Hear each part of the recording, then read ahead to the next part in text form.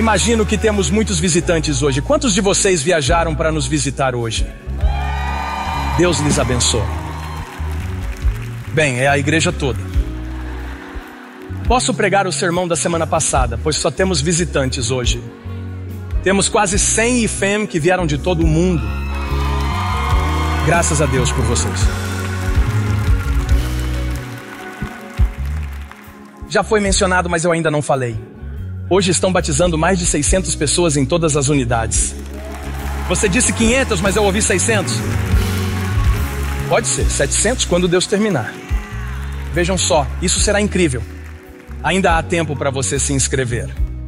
Se você acredita que Deus te chama para ser batizado hoje, será um passo incrível de fé para você dar. Desça as águas, deixe sua vergonha, deixe seu pecado. Deixe tudo para trás. A misericórdia de Deus é ampla. Ele pode fazer de você uma nova criação. Bem, hoje, como sempre, vou abrir minha Bíblia e compartilhar com vocês. Porém, não é um dia qualquer. É uma semana especial. Esta é a última semana de uma das minhas séries favoritas que já preguei na minha vida. A série se chama Chamado. E vamos terminar ela hoje. Falamos sobre tantos personagens da Bíblia. Podem tocar mais baixo, obrigado. Falamos sobre Abraão e Moisés e Marta e Simão Pedro. Falamos sobre quem mais? Vocês se lembram? Jacó, Marta, Saulo. O artista antes conhecido como Saulo, que se tornou Paulo, o grande apóstolo. E hoje só falta uma pessoa para falar. Algo que acho legal sobre esta série é que vocês tiveram uma visão geral de muitas histórias da Bíblia. Posso até lançar um livro chamado Chamado com essas histórias, pois foi baseada nas passagens onde Deus chamou alguém pelo nome, mas chamou 2 vezes. Marta, Moisés, Abraão. Hoje faremos a última pessoa, Samuel. Meu desafio é, não sei quanto dessa história você já conhece. Se vocês abrirem suas Bíblias em 1 Samuel, verão que há um livro inteiro chamado Samuel. Eu não posso compartilhar tudo, e na verdade há mais um, 2 Samuel. Então perguntei a um dos membros, quanto você sabe sobre Samuel? Eu tentava descobrir quanto contexto deveria incluir. Ela disse, só sei que Samuel passou a noite na cova dos leões. Não foi Samuel, foi Daniel. Então toque no seu vizinho e diga, temos muita coisa para colocar em dia. Você está desatualizado. Eu amo isso. Eu não quero que você se sinta intimidado ao vir a esta igreja, por não conhecer palavras em hebraico e grego. Também não as conheço e paguei para aprendê-las. Eu tenho que consultá-las toda semana para pregar. Bem, a vida cristã não é sobre quantas histórias da Bíblia você pode citar, ou o quão espiritual você pode parecer, mas é sobre confiar em Deus, a partir de hoje em sua vida. Com tudo o que você tem. Não me importa se você conhece esta história ou não. Na verdade, acho que se você não conhece a história, pode ouvi-la como nova, e isso lhe coloca em vantagem. Hoje, quero nos levar a um verso para começar, que é 1 Samuel 3, verso 10, para o último sermão da minha série, Chamado. Estou tão feliz que você tenha conseguido vir hoje. A palavra do Senhor diz, 1 Samuel 3:10, e o Senhor veio e se pôs de pé, e o chamou como das outras vezes, Samuel, Samuel. E Samuel disse, fala, porque o teu servo ouve. É uma escritura legal, não é? E o Senhor veio. Quantos querem que o Senhor venha hoje? Quantos querem que o Senhor venha hoje à sua casa? Quantos querem que o Senhor venha hoje nas suas emoções? E o Senhor veio e se pôs de pé e o chamou, como das outras vezes, Samuel, Samuel, e Samuel disse, fala, pois o teu servo ouve. Hoje eu quero falar para vocês, o título é, todas as vezes que você não viu. Todas. Aquelas vezes que você não viu. Pai, abra a tua palavra para que possamos contemplar tua maravilha e a tua glória. E mostre-nos algo hoje, que seja tão específico que não deixemos de perceber a Tua presença neste momento. Obrigado por seres Deus em todas as fases de nossa vida. Obrigado pela palavra que hás de falar em nome de Jesus. Amém. Podem se sentar. Podem trazer a minha tela hoje, por favor, para que eu possa pregar e ensinar e pregar. Tem algum fã de música country? Eu ouvi um compositor country dizer algo, e acho que é uma boa introdução para o nosso tempo juntos. Bem, ele é um compositor, vencedor do Grammy. Ele compôs muitos sucessos. Ele tem 57 anos. Ele faz isso há muito tempo. Ele estava numa entrevista e explicou para o jovem compositor que o entrevistava porque ele mesmo corta a grama com um cortador de grama manual. Disse, eu mesmo corto a grama. Ganhei muitos Grammys e prêmios de Billboard e CMA, mas ainda corto a grama com um cortador manual. Saio de casa, suo e corto a grama. Meu vizinho me perguntou, por que você ainda corta a grama? Certamente você pode pagar alguém para fazer isso. E fazer algo melhor com seu tempo, como compor outro sucesso ou ganhar um prêmio. Ele disse, claro, eu poderia, mas ainda corto a grama eu mesmo, porque é uma das únicas coisas que tenho na vida, que posso fazer e ver um resultado imediato com meus olhos. É uma das únicas coisas, se não a única coisa na minha vida, onde a grama pode estar feia em 1 minuto e melhor no próximo. Compor músicas não é assim, ele disse. Posso compor uma música hoje e daqui 5 anos alguém a grava em seu álbum. Isso no caso que alguém a grave.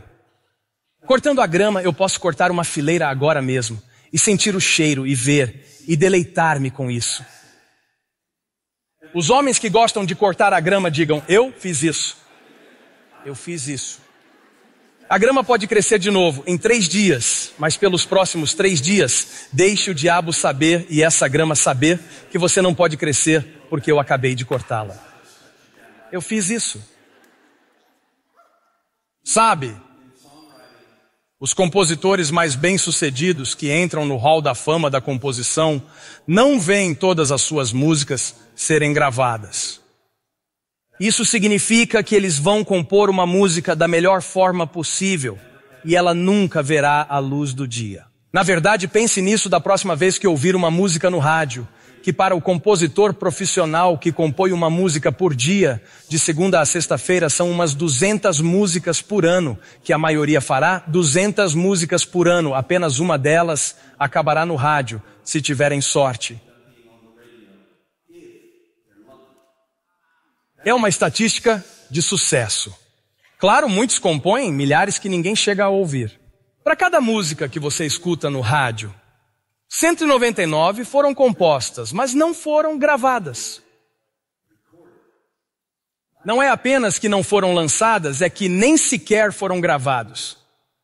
199 vezes de 200. Isso significa que um compositor vai trabalhar e ele já sabe que vai falhar 199 vezes naquele ano, esperando pela única vez que algo especial aconteça e possa ver o resultado disso. Então ele disse, a forma como lido com essa taxa de fracasso é cortar a grama. Não preciso esperar por 5 anos para a grama baixar. Corto a grama, olho, corto outra fileira, olho. É uma das únicas coisas na minha vida que tem um resultado visível e imediato. Então, não importa quantos Grammys que ganhei, eu sempre vou cortar a grama. Por que está falando sobre isso, pastor Steven? Porque eu gostaria que servir a Deus fosse como cortar a grama. Isso é o que eu queria. Gostaria que servir a Deus e pregar sermões fosse como cortar a grama. Eu gostaria de ver o pecado diminuir enquanto eu prego para vocês hoje. Quão poderoso seria isso? Se eu pudesse ver a sua vergonha caindo como grama, cortando, limpando toda a mentalidade ruim como se vê quando se corta a grama. Alguns gostariam que criar e educar filhos fosse mais como cortar a grama, não é? Onde eu poderia ver aquela malcriação que corrigi, cortei e ela pode crescer de novo. Mas posso cortá-la novamente em uma semana. E pelo menos por 3 dias, ele não vai me responder mal. Mas os filhos não são assim, então enquanto isso tem que comprar um cortador de grama e cortar a grama. Pois a maioria dos esforços que você faz na vida que serão os mais valiosos, serão os menos visíveis no início. A maioria dos esforços que você faz na vida, que são os mais valiosos, serão os menos visíveis no início. Isso é contraditório a todo impulso cultural que temos, que nos encoraja a postar algo toda vez que fazemos exercícios. Se você postar algo cada vez que faz exercício, como prova, acho que não está fazendo corretamente. Pois a prova deve ser você mesmo fora da academia. Nós veremos o resultado, mas se você só quer se mostrar, receio que você perdeu o verdadeiro benefício do treino. É um desabafo. No texto que li de 1 Samuel 3, verso 10, é um daqueles momentos incríveis na vida de um profeta chamado Samuel. Samuel, é claro, seria o profeta que ungiria o primeiro rei de Israel, cujo nome era Saul. Ele também ungiria o substituto de Saul, cujo nome era Davi. Pois enquanto Saul foi a escolha do povo, Davi foi a escolha de Deus. Quando Saul foi ungido rei, ele não queria ser rei. Na verdade, Deus não queria que o seu povo tivesse um rei. Ele queria ser o rei deles.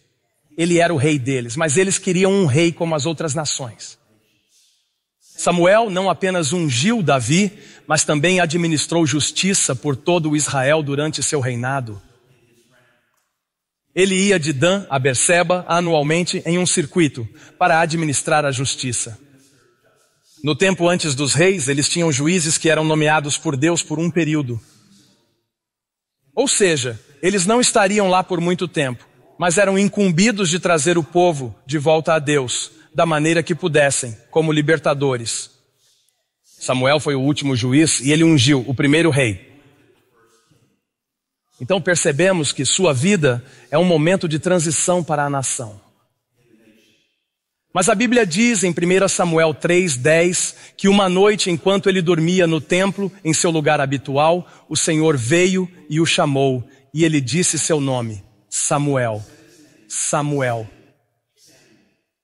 Se lemos o verso superficialmente, é uma história boa sobre um homem que ouve a voz de Deus e responde. Na superfície desta história, vemos Samuel sendo alguém que acerta na primeira vez. Não dá para fazer melhor do que isso. E o Senhor veio e pôs de pé e o chamou como das outras vezes. Samuel, Samuel. Samuel disse, fala, pois o teu servo ouve. Por sinal, algo interessante. O nome Samuel soa como a palavra hebraica para ouvido por Deus. Ouvido por Deus. O motivo por ter o nome Samuel foi porque sua mãe teve dificuldade para engravidar. E quando ela teve seu bebê, deu-lhe o nome de Samuel, porque sentiu que Deus a ouviu, finalmente. Então ela me deu o nome como resposta à sua oração. Ele se torna a resposta à oração da nação por alguém que possa trazer de volta a presença de Deus. Aquilo pelo que você está orando é maior do que a oração que está fazendo. Ela ora num nível por um bebê e Deus pensa em outro nível para levantar um profeta. Ela ora por um filho, mas Deus está se preparando para enviar alguém, para ungir um rei. Tudo começou aqui quando o Senhor veio e o chamou como das outras vezes. Samuel, Samuel. O que chamou minha atenção foi a frase que dizia que o Senhor o chamava como das outras vezes. Eu não sei se você notou, mas quando diz que ele o chamou como das outras vezes, eu quis voltar e ver o que estava acontecendo no início de 1 Samuel 3. Se você voltar ao início de 1 Samuel 3, tem uma história boa que eu quero compartilhar hoje sobre o que estava acontecendo no momento em que Deus chamou Samuel.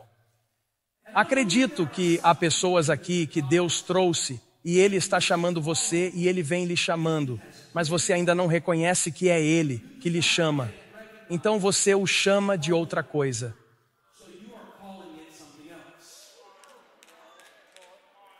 Deus lhe chama para um nível mais profundo de fé. Você ainda não reconhece que Deus está lhe chamando para um nível mais profundo de fé. Então você diz, o diabo está me atacando. Deus está chamando alguns nesta fase para aumentar nosso serviço, mas não reconhecemos que Deus está nos chamando para fazer isso. Então dizemos que as pessoas não estão nos valorizando.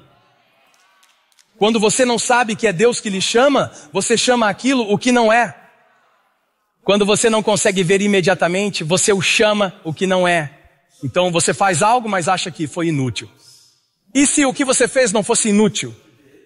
E se aquilo está no ventre, se preparando para nascer? Vou lhes mostrar isso em 1 Samuel 3, verso 1. A Bíblia diz, agora o menino, Samuel ministrava ao Senhor na presença de Eli. O que significa? Significa que ele estava em um lugar onde um homem estava no comando e a palavra do Senhor era rara naqueles dias. Não haviam visões frequentes, mas ele estava fazendo o que devia fazer, embora o lugar onde estava não refletia os valores em que ele acreditava. A Bíblia diz que Eli era um sacerdote muito ruim, que tinha 2 filhos chamados Ofni e Finéias, que estavam fazendo todo tipo de coisa no templo que não deveriam fazer. Não só tomavam os sacrifícios que o povo trazia para si, mas também dormiam com as mulheres que vinham servir no templo. Eli, seu pai, estava mais preocupado com a felicidade de seus filhos do que com a santidade de Deus.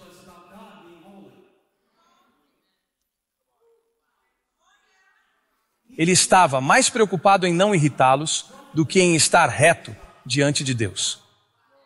Tudo isso acontecia no templo, que é claro, não era o templo que seria construído mais tarde. Era o tabernáculo, uma estrutura portátil que era montada. Mas Samuel estava ali, ministrando ao Senhor como menino, na presença de Eli. A palavra do Senhor era rara naqueles dias. Observem, vocês têm que observar isso. Antes que Samuel começasse a fazer todas as grandes coisas que veríamos ele fazer, ele estava fazendo coisas que ninguém via, numa situação em que ele não queria estar. Porque ele estava servindo ao Senhor. Na presença de Eli, Deus podia honrar seu serviço, mesmo que a situação não fosse a que ele teria escolhido para servir. Digo isso se você odeia seu trabalho. Digo isso no caso que você odeie seu apartamento e o dono dele. Digo isso caso você odeie ir para a quimioterapia agora, mesmo tendo que ir. Digo isso caso você esteja numa fase que não tenha escolhido, mas para saber que Samuel foi capaz de ministrar ao Senhor, e o Senhor podia amadurecê-lo, porque ao ministrar a Deus, Deus o amadureceu. Às vezes, onde você quer estar e onde você está, não correspondem. Porém, há um ministério onde estou, se eu fizer o que sou chamado a fazer, onde estou. E sei do que estou falando. Porque esta não é a primeira igreja em que servi. Servi em uma igreja antes desta igreja que estava desmoronando. Naquela época, um grupo de homens me disse, você deveria ser nosso pastor. Eles queriam que o pastor deles saísse. Quando me disseram isso, uma parte de mim achou legal. Eles disseram coisas legais como, quando você prega, nos lembra de Billy Graham. Uau! Foi um exagero, como se fossem vendedores. Mas soou legal. Eu os escutei por uns 20 minutos e fui para casa. Quando cheguei, Holly já tinha chegado. Ela ensinava o 7º ano na época e estava sentada na varanda. Éramos recém-casados. Acho que estávamos no 2º ou 3º ano de casamento. Eu ainda estava processando tudo. Assim que a vi na varanda, o Senhor falou ao meu coração e disse, vá fazer um voto com sua esposa agora, que vocês não farão nada, que desonre este pastor. Não vai pular nenhuma das etapas que eu quero usar para desenvolvê-lo. Você não semeie nada nesta situação que não queira colher mais tarde em sua vida. Quero lhes contar. Acho que a primeira cerimônia importante que fiz com a Holly foi nosso casamento. E a segunda cerimônia mais importante que fiz com ela foi na varanda naquele dia quando decidi que, enquanto estivéssemos naquela igreja, tomamos a decisão de que, enquanto estivéssemos ali, mesmo que odiássemos certas coisas, mesmo que houvessem pessoas tentando nos dizer que deveríamos nos posicionar, acho que aquele foi o nosso momento com Deus, onde Deus estava vendo se poderia lhes confiar a nós.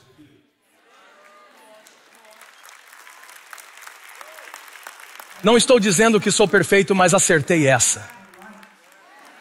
Eu acertei essa. Podem imaginar se eu tivesse manipulado as coisas?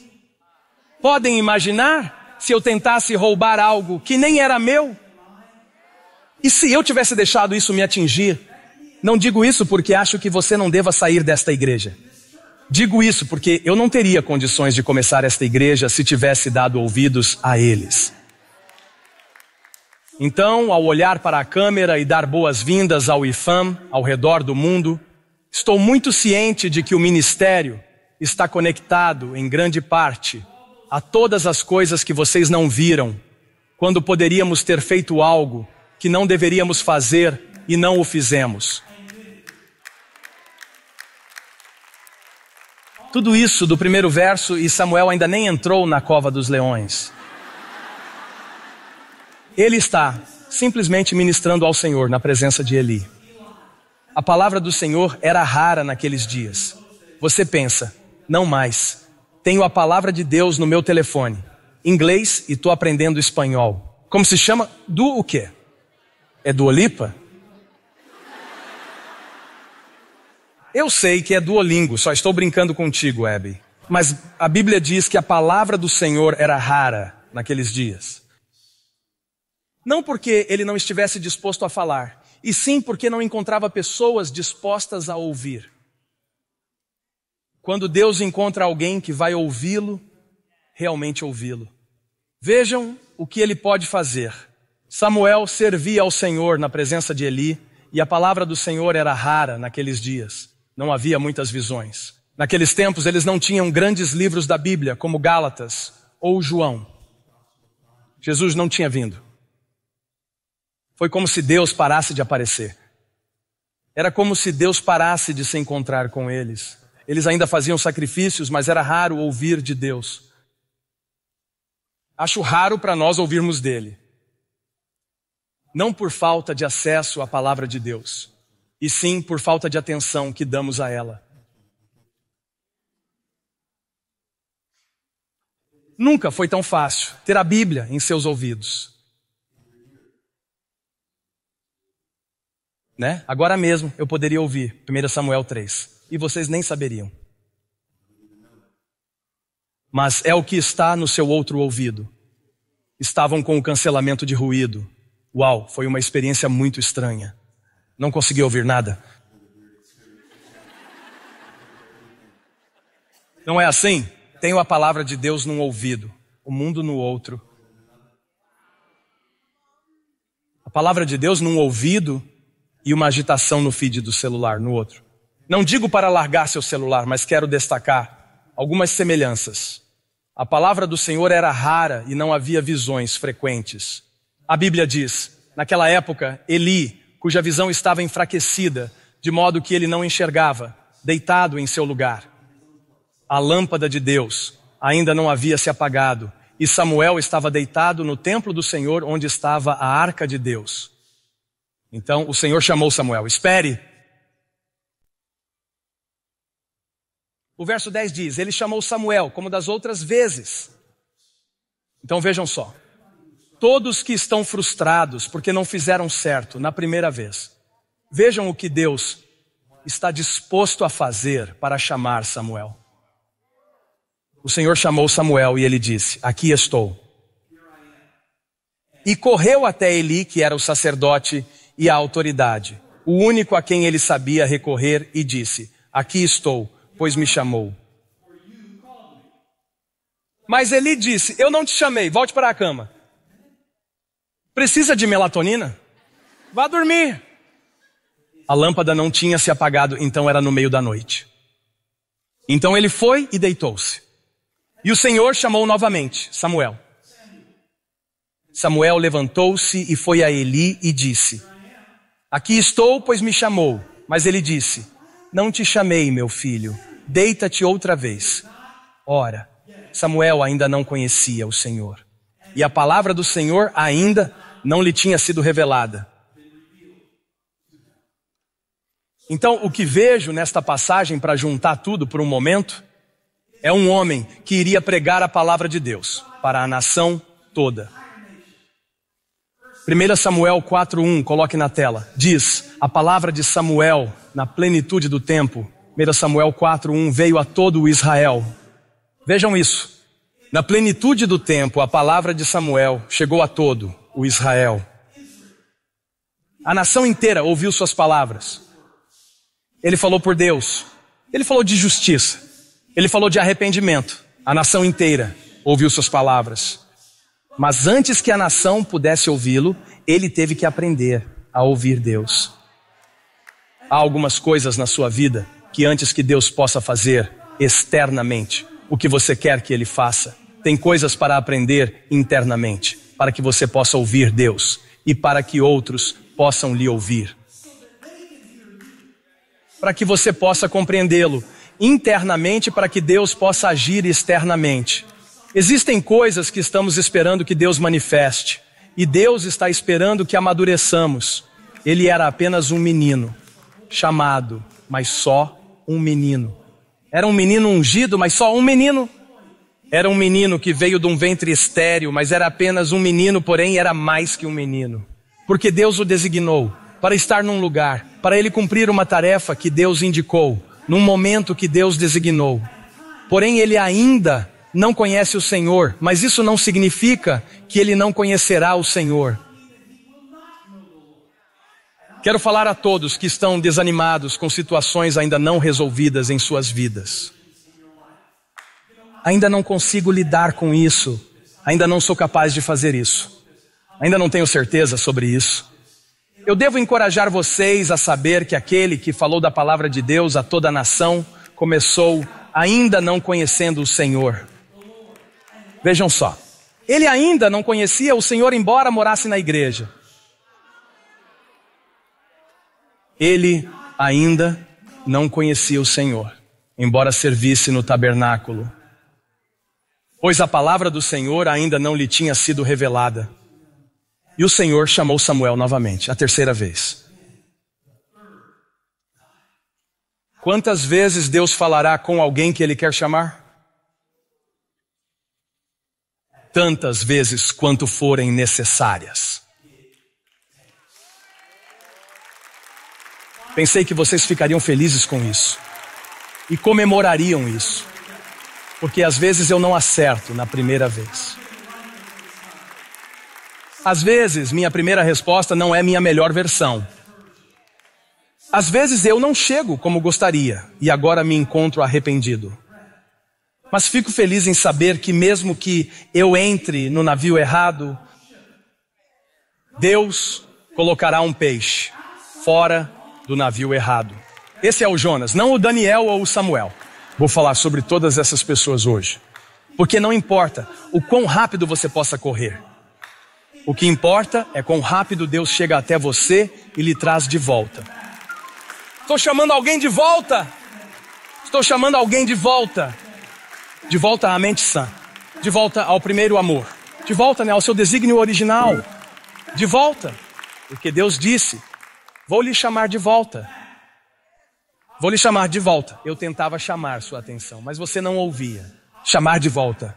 Eu tentava chamar sua atenção, mas você usou drogas para preencher o vazio que eu quis preencher. Mas vou lhe chamar de volta. Pois onde você colocou as drogas, eu tenho algo a depositar, algo a colocar. Depois que eu lhe livrar do que colocou no meu lugar, vou fazer algo que não acreditaria se eu lhe contasse.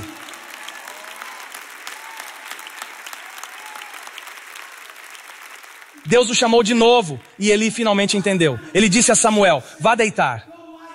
E se ele te chamar, acho que é Deus. Se ele te chamar, ele deveria saber. É sacerdote, ele deve saber que é a voz de Deus. Mas às vezes, aqueles que caminharam com Deus por mais tempo são os mais fracos em sua capacidade de percebê-lo.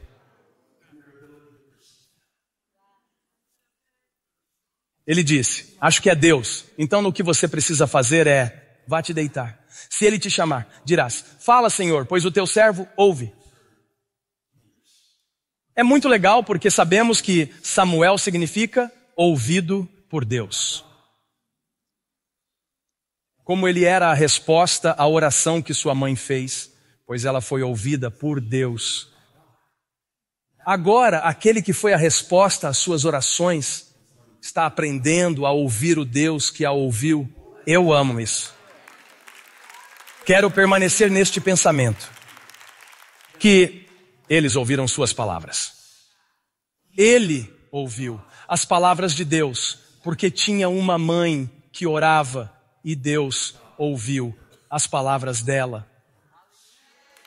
Vou lhes dar uma palavra para o Dia das Mães. Deus lhe ouviu. Ele ouviu você. Ele ouviu você. Posso lhes mostrar isso? Isso é incrível para mim. Ana, a mãe de Samuel, também era a esposa de Eucana.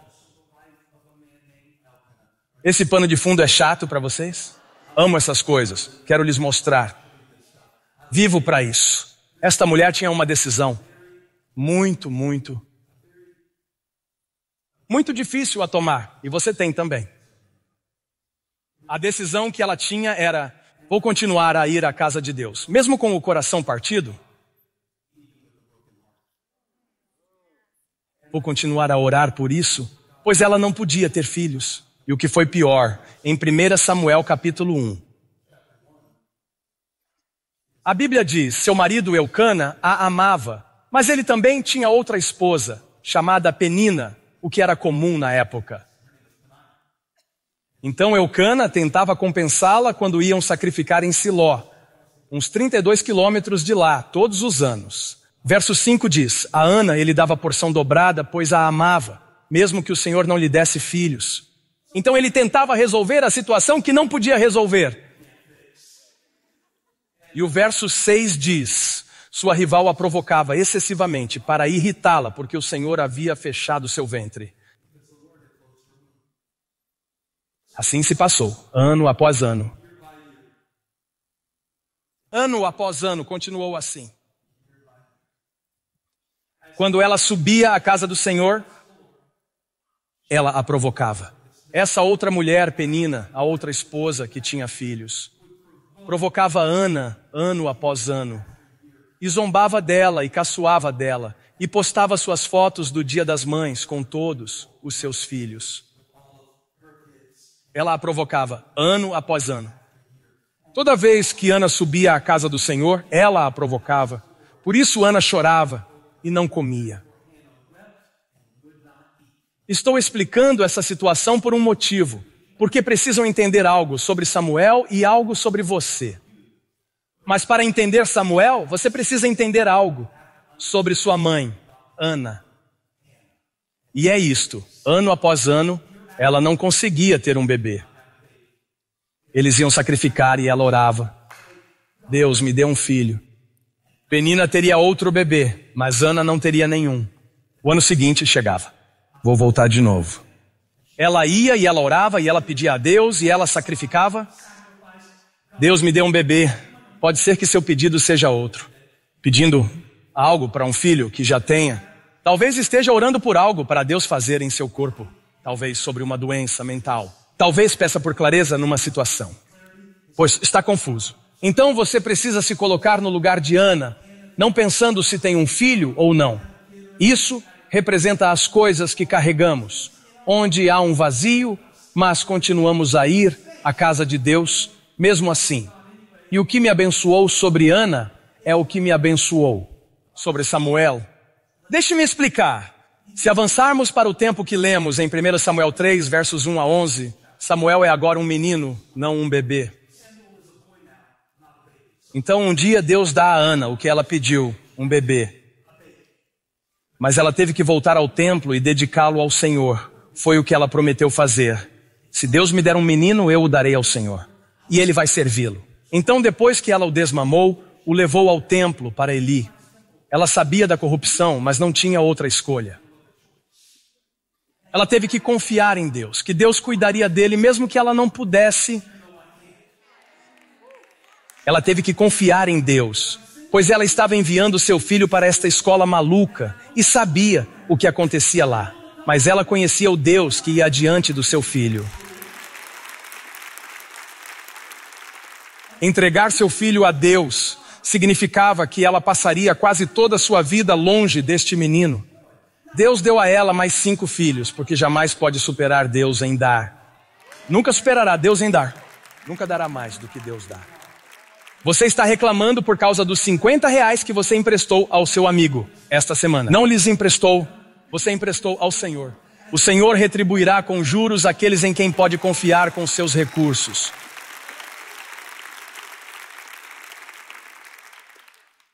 Todo ano, ela visitava Samuel, a quem ela deu a Deus. Ela levava uma pequena estola sacerdotal, que era o que vestiam no templo, uma de linho que ela fazia sob medida para ele. Ela tinha que chutar o tamanho que deveria ser, porque não o via há 1 ano. Então, se você visse Ana entrar no templo nessa época da sua vida, veria uma mãe orgulhosa, mãe de um futuro profeta, diria o adesivo do seu carro.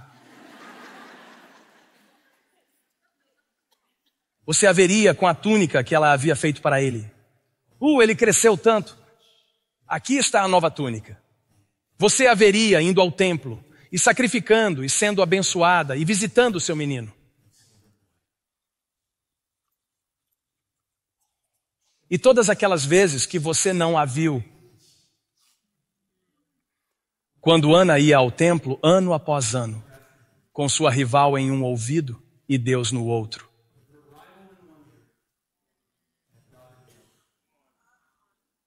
Sua rival dizia: por que você continua a servir a um Deus que não te abençoa com um bebê? Veja como sou abençoada. As pessoas podem não nos dizer isso, mas às vezes nos fazem sentir assim, não é? E mesmo assim ela ia. Observe o verso 7. Quero pregar sobre este verso. Diz que Ana, e você pensa, achei que queria pregar sobre Samuel. Eu não posso pregar sobre Samuel sem pregar sobre Ana. Porque eu acho que o que Samuel fez foi baseado em algo que Ana fez, mas que ele nunca viu. Antes mesmo dele nascer, sua mãe ia ao templo, ano após ano. E sempre que ela subia, subia. Sempre que ela subia à casa do Senhor, ela a provocava. Vamos analisar isso. De volta ao início do verso. Continuou, continuou.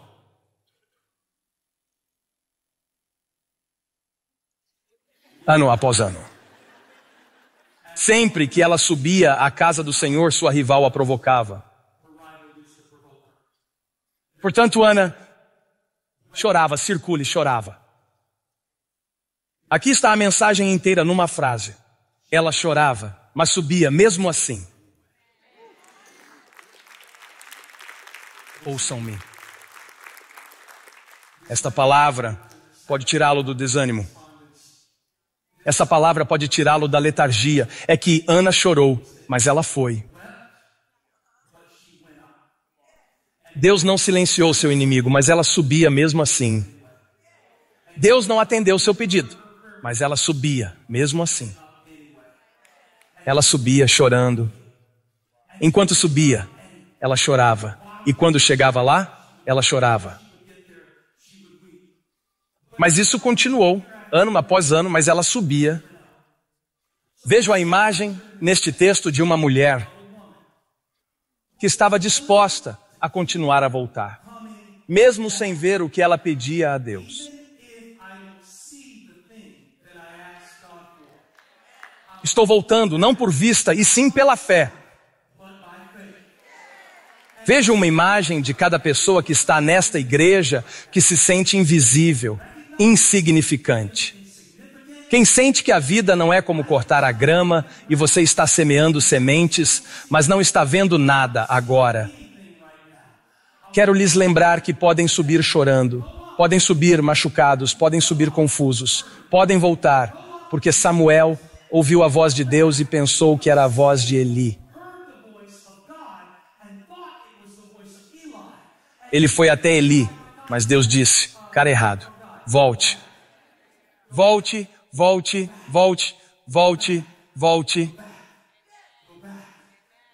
Podem ter as suas definições elaboradas de fé, mas acho que às vezes a fé verdadeira é tão simples quanto. Volte, volte. Volte, volte e faça isso de novo. Volte e os ame novamente. Volte e sirva novamente. Volte e solte aquilo de novo. Volta e ora novamente. Volta e agradece a Ele novamente. Você volta, e você volta, e você volta, e você volta. Estão me entendendo?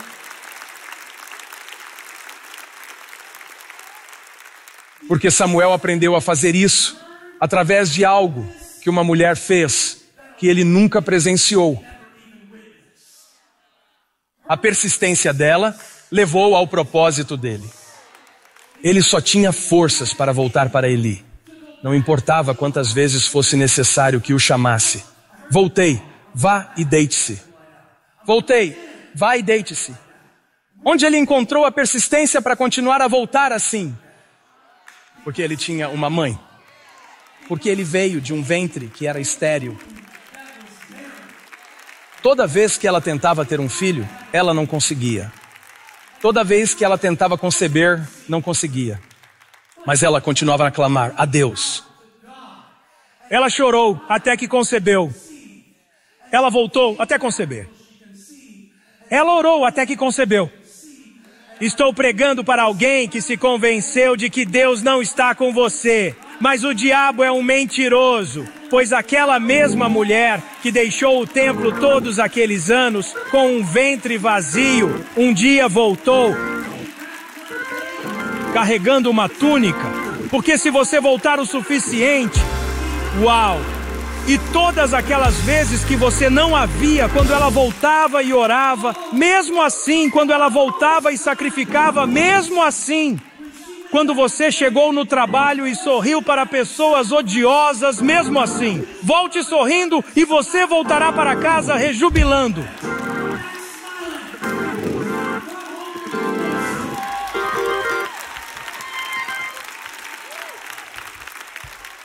Diga a 7 pessoas, volte quantas vezes for necessário. Volte. Pegue sua Bíblia de novo, volte.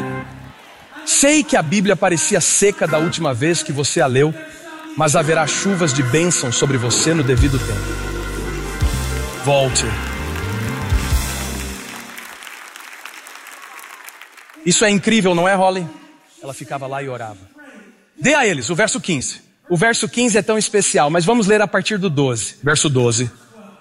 Ele diz, quando Ana estava lá orando, ela continuou a orar diante do Senhor. Ela continuava a orar diante do Senhor. Ela continuava a orar diante do Senhor. Deus não a ouviu da primeira vez?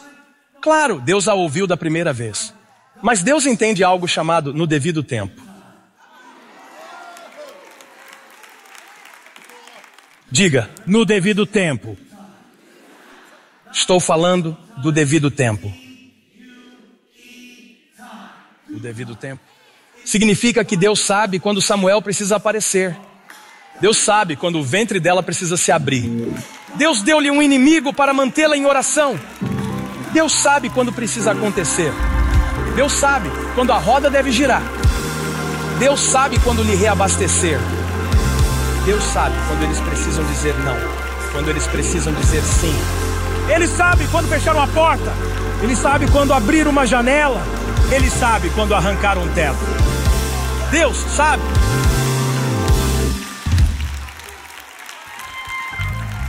É quase como se a Ana tivesse lido Gálatas 6:9. Gálatas 6:9 diz, e não nos cansemos de fazer o bem, pois no devido tempo. Qual tempo? No devido tempo. Qual tempo? No devido tempo. Toque em 3 pessoas e diga: estou fazendo o bem. Estou fazendo o bem. Coloque no chat: estou fazendo o bem. Estou fazendo o bem. O bem. Mas ainda não tem seu bebê. Estou fazendo o bem. Estou fazendo o bem. Por quê? A Bíblia me disse em Gálatas 6, 9: não nos cansemos de fazer o bem. Então eu não me sinto bem, mas estou fazendo o bem. Não parece bom, mas estou fazendo o bem. Não consigo ver a grama diminuir agora. Não consigo ver o dinheiro aumentar agora. Não consigo ver o tempo mudar, mas há o devido tempo. Eu sei o que fazer. Eu sei o que fazer. Vou fazer o bem. Vou louvar o nome dele. Vou adorá-lo bem aqui. Vou orar como se eu acreditasse na resposta. A resposta já está no templo, deitada na cama. Deus me ouviu e Ele me ouve.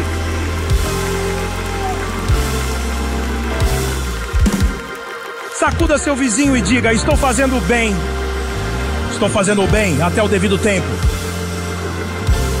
Vou semear até ver a grama. Vou cortá-la e deixá-la crescer de novo. A palavra do Senhor não desvanecerá. Grama murcha, a flor murcha, mas a palavra de Deus permanecerá para sempre e eternamente. Alguém grite: para sempre. Pois as nossas tribulações leves e momentâneas estão produzindo em nós uma glória eterna mais pesada que todas elas.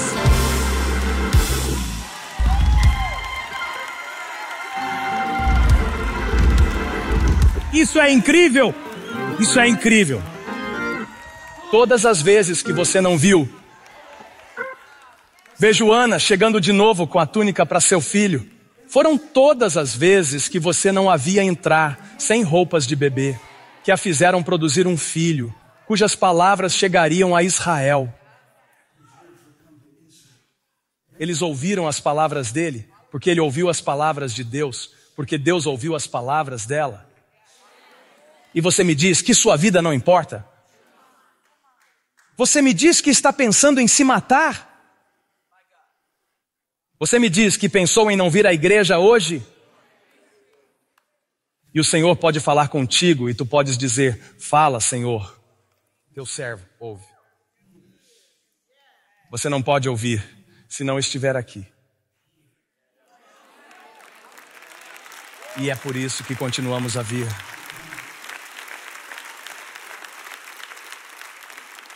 Não sei se lhes mostrei, mas a mãe dele fez algo que foi incutido nele, mesmo que ela não o tenha criado. E ele voltou para Samuel, quer dizer para Eli: chamou? Não chamei. Ok, acho que vou tentar de novo. Acho que às vezes complicamos demais. Às vezes o que Deus quer lhe dizer é: vamos tentar isso de novo.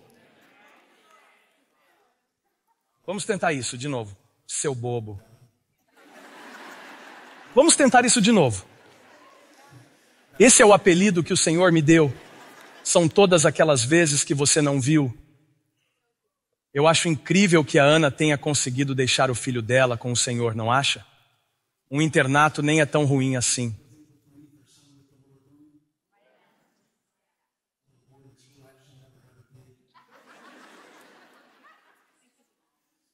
Mas eu acho que o que é ainda mais incrível do que o fato dela ter feito um voto e ter entregado ao Senhor quando Deus lhe respondeu, o que é ainda mais incrível do que o que ela fez quando Deus lhe deu um filho, é o que ela fez quando Deus não deu.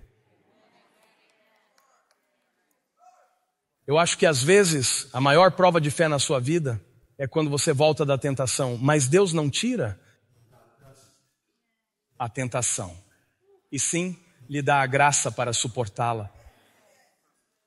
Acho que é quando você pede o relacionamento e ele não o dá, mas você se aprofunda ainda mais nele. É quando você pede que Deus mude o comportamento da outra pessoa e ele não o faz. Então você muda a sua abordagem. É quando você pede que Deus alivie sua carga e ele não o faz, mas ele lhe dá mais força. Eu acho que o que Ana fez foi incrível. Ela entregou seu bebê ao Senhor quando ele nasceu. E é ainda mais incrível que ela tenha continuado a subir enquanto esperava em Deus.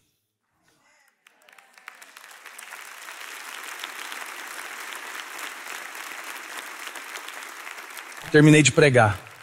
Vocês podem ficar de pé? O Senhor tinha uma palavra para alguém hoje.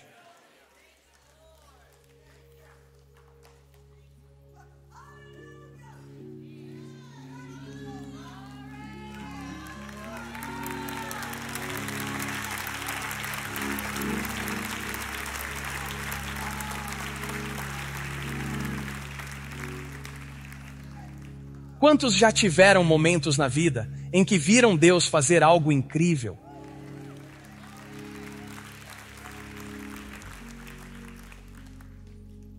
Você o adora por esses momentos. Eu também quero que vocês aprendam a louvá-lo por todas as vezes que vocês não viram o que ele estava fazendo. Não consigo deixar isso. Ele estava fazendo algo no devido tempo.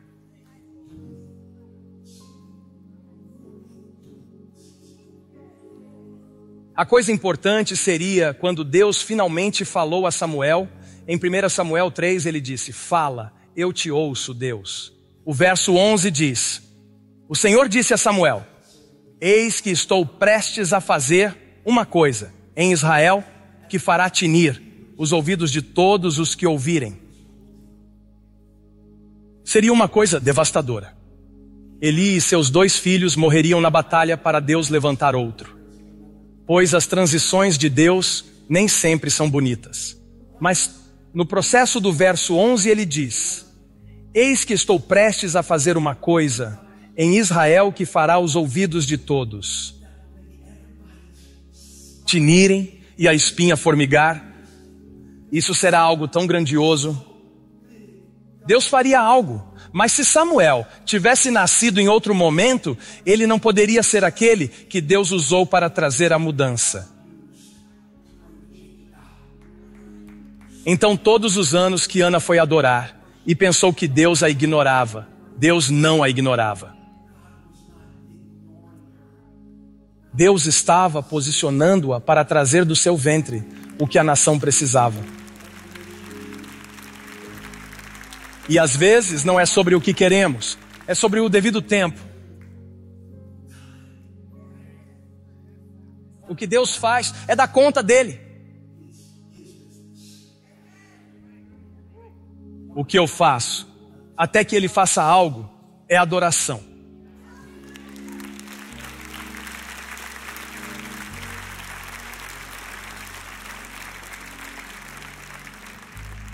Tiff, venha aqui, por favor.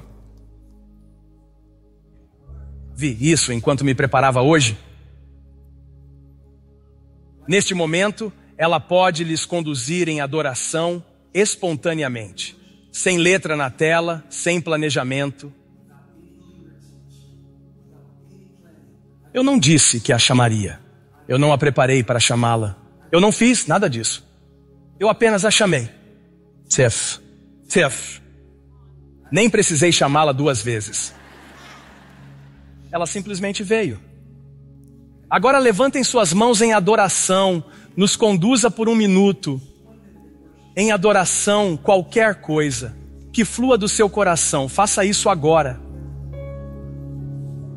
We trust you, Jesus.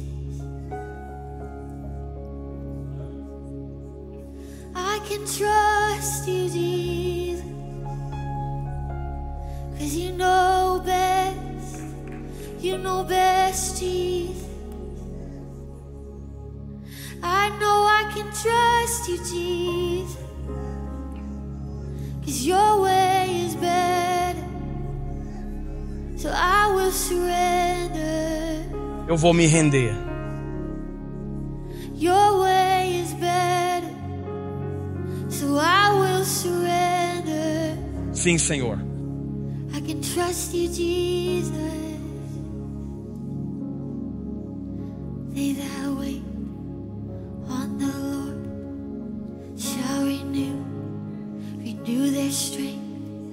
They shall mount up on wings like an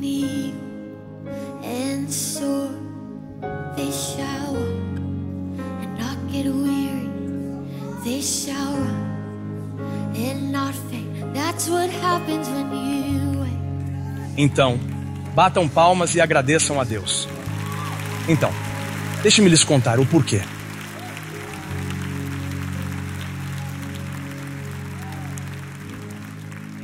Como ela pode fazer isso? Porque ela fazia isso. Ela faz isso desde que era uma menina. O pai dela é pastor, um homem incrível. Eu o conheci. Quando conheci os pais dela, eu entendi. Eu entendi porque você é incrível. Mas então eles me contaram histórias de como ela ficava sozinha na igreja por horas e horas, tocando 4 acordes num piano, cantando, até Deus aparecer.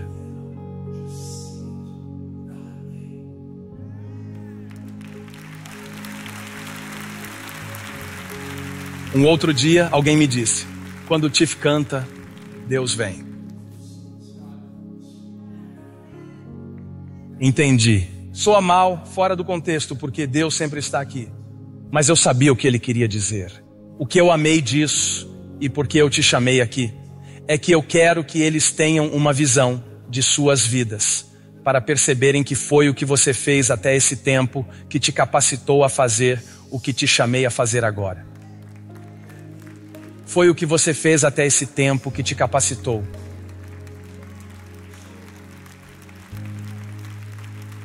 É uma ótima ilustração. Você está fazendo coisas agora que parecem insignificantes. Se sente sozinho, que não tem importância. Você corta a grama e ela cresce ainda mais alta e você pensa, Deus, por que eu estou fazendo isso? Mas lembre-se, há o devido tempo. O que Deus faz é dar conta dele. O que você faz até que Ele faça algo é adoração. Então, quando Deus te chamar, quando Deus chamou Samuel, ele estava pronto porque ministrava ao Senhor. Talvez você esteja numa fase da sua vida onde você está ministrando a Ele. Não se trata das pessoas lhe agradecerem, nem das pessoas lhe reconhecerem. Não se trata de se comparar com outras pessoas, nem do seu rival no seu ouvido dizendo o quanto você já deveria ter avançado. Não se trata da sua insegurança. É sobre o que você está fazendo até o devido tempo. Eles correrão e não se cansarão. Eles andarão e não desfalecerão. É o que acontece quando você espera no Senhor. É porque ela fez isso sozinha numa igreja que ela pode fazer isso nesta sala, hoje. Eu estou dizendo, Deus está preparando você. Deus está lhe preparando. Abrace 3 pessoas e diga, espera no Senhor, espera no Senhor, espera no Senhor. Não se canse de fazer o bem. Você receberá no devido tempo. Ei, obrigado por nos assistir. Certifique-se de se inscrever no canal para que você não perca nenhum vídeo ou lives. Compartilhe esse vídeo com um amigo. Um agradecimento especial aos que têm ofertado generosamente. É por causa de vocês que este ministério é possível. Não há limite para o que Deus pode fazer através de nós quando nos unimos. Obrigado pelo seu apoio. Deus te abençoe.